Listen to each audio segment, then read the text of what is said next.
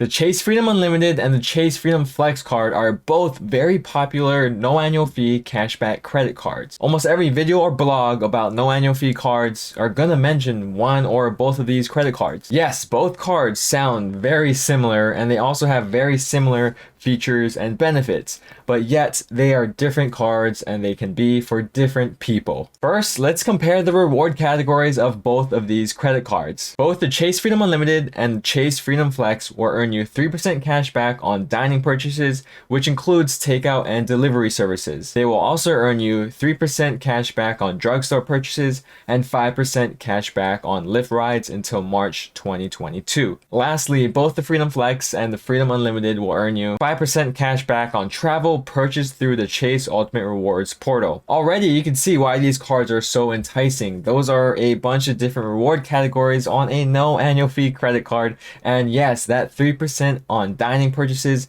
is a huge deal. It's, very enticing. But that is where the similarities end. Because with the Chase Freedom Unlimited, you'll have a reward category of 1.5% cash back on all purchases with no limit, hence the name Unlimited. And I did talk more about that card in a video up here if you want to check it out. On the other hand, the Chase Freedom Flex offers a 5% cashback reward category on select categories up to $1,500 per quarter. The categories, of course, rotate throughout the year, which means that you're going to have 4 different groups of categories throughout the entire calendar year. Here are some examples of past year's rotating categories for the Chase Freedom Flex card.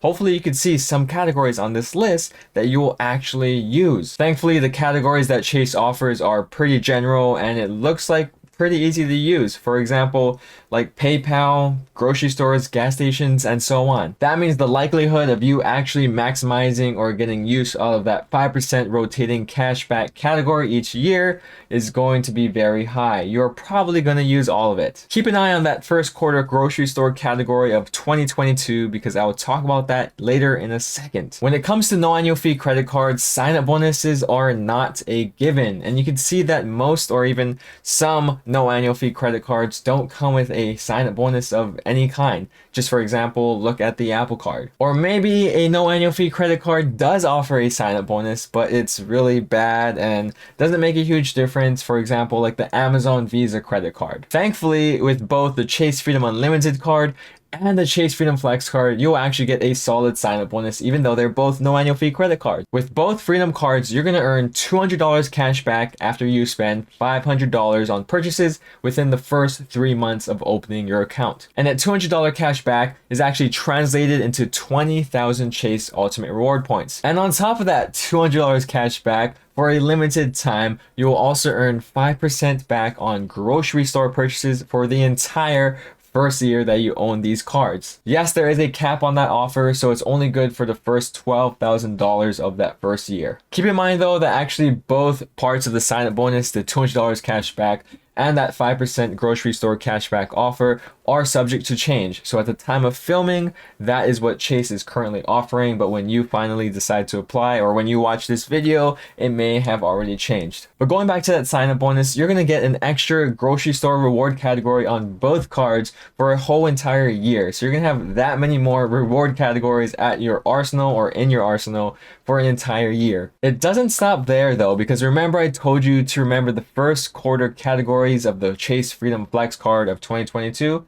Boom, that's right. It's because it includes grocery store purchases. That means with your Chase Freedom Flex card in the first quarter of 2022, you're going to be earning 5% cash back on those rotating categories, which includes grocery stores. But you'll also get an additional 5% cash back from that sign-up bonus offer with the Chase Freedom Flex card. That means you get a whole quarter of 10% cash back on grocery store purchases. That's literally insane. If you were on the fence of the Chase Freedom Flex card while you watch this video or before you watch this video, this is your sign. This is your sign to go ahead and try and get that Freedom Flex card because you need to take advantage of that 10% cash back within the first quarter of 2022. But if you do want to see a video that goes more in depth on the Freedom Flex card and to see if it really is for you before you pull the trigger, go ahead and watch this video up here and I talk more in depth about it. Also, if you do want to go ahead and apply for either of these two cards, I do have my referral links down below in the description. So if you do want to support the channel and me, then please go ahead and use my referral links down below because I will get some Chase Ultimate Reward points after you get accepted. So far, we went over the reward categories and the sign-up bonuses of both Chase Freedom cards.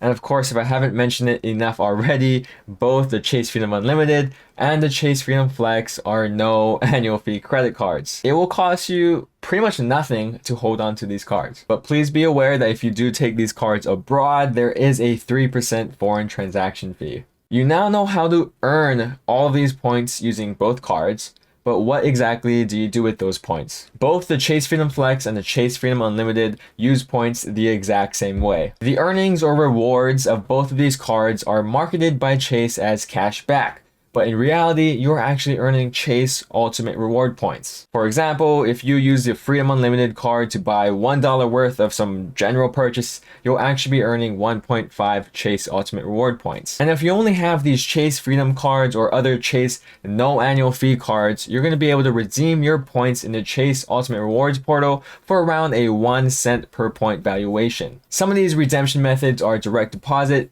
statement credit, and gift cards. If you have an annual fee credit card like the Chase Sapphire Reserve, the Chase Sapphire Preferred, or the Chase Inc. Business Preferred, you could actually transfer your points from either of the Freedom credit cards into one of those annual fee credit cards, and your points or your redemption methods are going to be worth more. That's because with one of those 3 annual fee credit cards, you can actually transfer your Chase points into one of Chase's travel partners such as United Airlines or Marriott. And when you transfer points to the travel partners, this is where you can get an average valuation of around 2 cents per point. This means you're going to be getting at least double the value from transferring your points from the Freedom cards into one of the annual fee credit cards, as opposed to just keeping the points and redeeming your points using just the Freedom credit cards. And yes, transferring your points between one of the Chase credit card accounts is totally free and super easy to do and instant. So you don't need to worry about any hassle or other obstacles to go through when you're transferring points from credit card account to credit card account. I've also talked about how to maximize your Chase points before, and this is why it's so essential to pair up one of these Freedom cards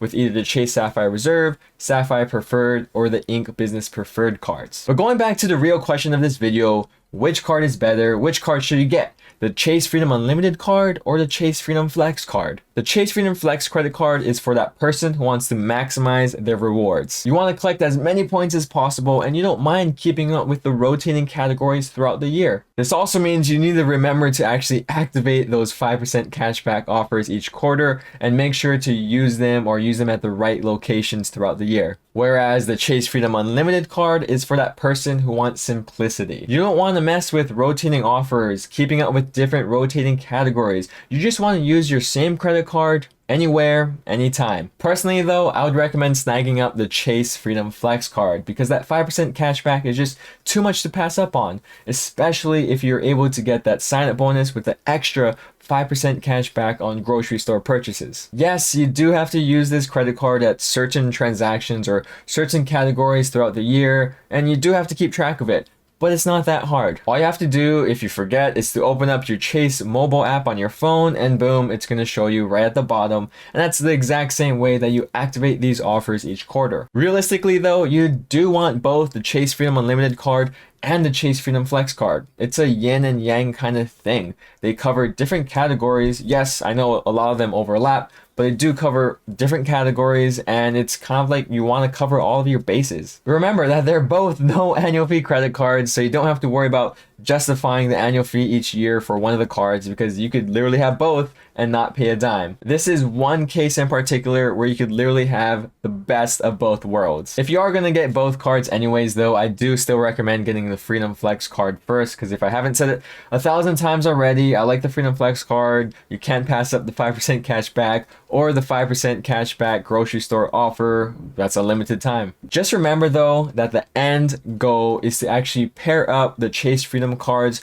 with the Chase Sapphire Reserve, Chase Sapphire Preferred, or Chase Inc. Business Preferred cards. That way you'll get the most value out of your Chase points. So get the Chase Freedom Flex card or the Chase Freedom Unlimited card, collect as many points as you want or you can, and don't redeem it yet until you get one of those annual fee credit cards. Then you just transfer the points from the Freedom card to one of those paid cards, and boom, you're gonna get more value from your points. If you still have questions or concerns, please let me know in the comment section down below, or maybe you could watch one of these videos and hopefully I'll answer your question there.